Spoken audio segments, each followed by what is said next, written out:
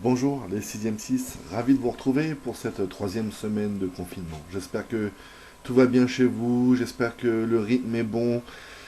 Il va falloir tenir, vous le savez, on commence un petit peu à s'ennuyer, à tourner en rond. Après s'être dit chouette, pas d'école finalement, j'imagine que vous commencez comme moi peut-être à avoir envie de retrouver vos camarades, vos collègues. Voilà, tenez bon, ça va durer. Le ministre parle de la date du 4 mai, donc après les vacances pour se retrouver. On suivra un petit peu si ce confinement s'arrête avant ou ce jour-là, ou peut-être même encore un peu après. D'ici là, on continue notre travail pour cette troisième semaine. On a abordé cette semaine un nouveau chapitre de géographie. Bravo pour ceux qui ont pu suivre ce nouveau chapitre.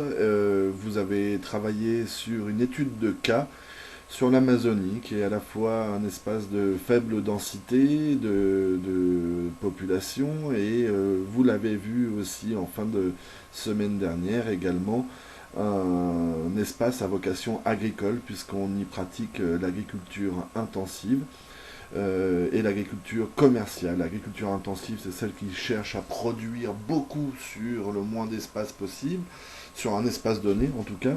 Et puis l'agriculture commerciale, bah, c'est l'agriculture qui n'est pas destinée à être consommée tout de suite. Ce ne sont pas pour les agriculteurs que cette production est faite pour les nourrir directement, mais le but de cette agriculture, c'est d'être vendue à l'étranger. Vous avez eu des exemples avec les bovins, hein, les bœufs, ce qu'on appelle le bœuf, hein, que vous mangez pour beaucoup d'entre vous régulièrement. Et un autre exemple, bien sûr, c'est le soja qui est une plante que l'on retrouve un peu partout dans la planète. Ce soja, il est vendu en Asie, il est vendu en Europe, il est vendu en Amérique du Nord. Donc vous voyez que finalement, cette Amazonie est à la fois un territoire de forêt dense, très dense, et c'est une contrainte pour l'homme, hein. On travaille sur des espaces à forte contrainte. Voilà, cette végétation très dense, cette humidité, la chaleur permanente rend les conditions de vie assez difficiles pour les habitants de l'Amazonie, ce qui explique que ce soit un territoire assez peu peuplé finalement. Et puis enfin sur cette partie agricole, vous avez compris que partout où on met des champs, on ne construit pas de maison. Donc on a une autre explication à ce territoire de faible densité de population qu'est l'Amazonie, c'est la grande présence sur une bonne partie de cette forêt amazonienne, ou en tout cas sur ce territoire amazonien, qui est de plus en plus est remplacé. Vous avez vu, souvenez-vous du schéma, cette forêt qui est peu à peu remplacée par des cultures.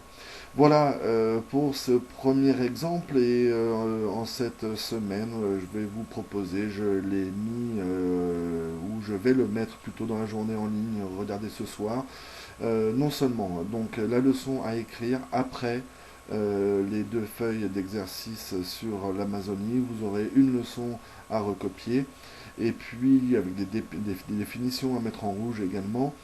Et puis ensuite, je vous donnerai un autre fichier avec une autre étude de cas. On va étudier un autre exemple sur la planète de territoire contraignant, à forte contrainte, là où le milieu, l'environnement naturel empêche une installation très amplifiée des humains.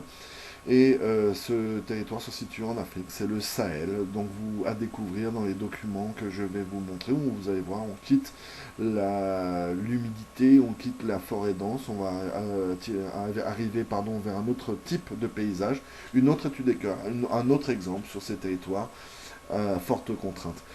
Voilà, jeunes gens, écoutez, les sixièmes, je vous souhaite plein de courage pour cette troisième semaine. Soyez sérieux, respectez les gestes barrières, soyez sages avec vos parents.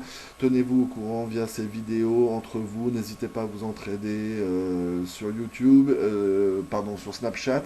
Il est inutile, je vous le dis aussi, de me renvoyer systématiquement vos travaux. Si vous voulez le faire, pas de souci. Je vous avoue qu'avec voilà, j'ai beaucoup de mails à gérer, donc il m'est très difficile de regarder tous les travaux que vous m'envoyez, mais j'y jette régulièrement un coup d'œil, j'en ouvre un de temps en temps. Voilà, même si vous n'avez pas forcément de réponse, sachez-les, je les regarde. Sachez-le, je les regarde. Voilà les sixièmes. Si je vous souhaite un très bon début de semaine, je vous renvoie des nouvelles assez vite, et puis d'ici là, Travaillez bien, soyez sérieux, puis reposez-vous un peu. Le président l'a dit, lisez, c'est bien, lisez, prenez le temps de lire, que ce soit des BD, des bouquins, autre chose.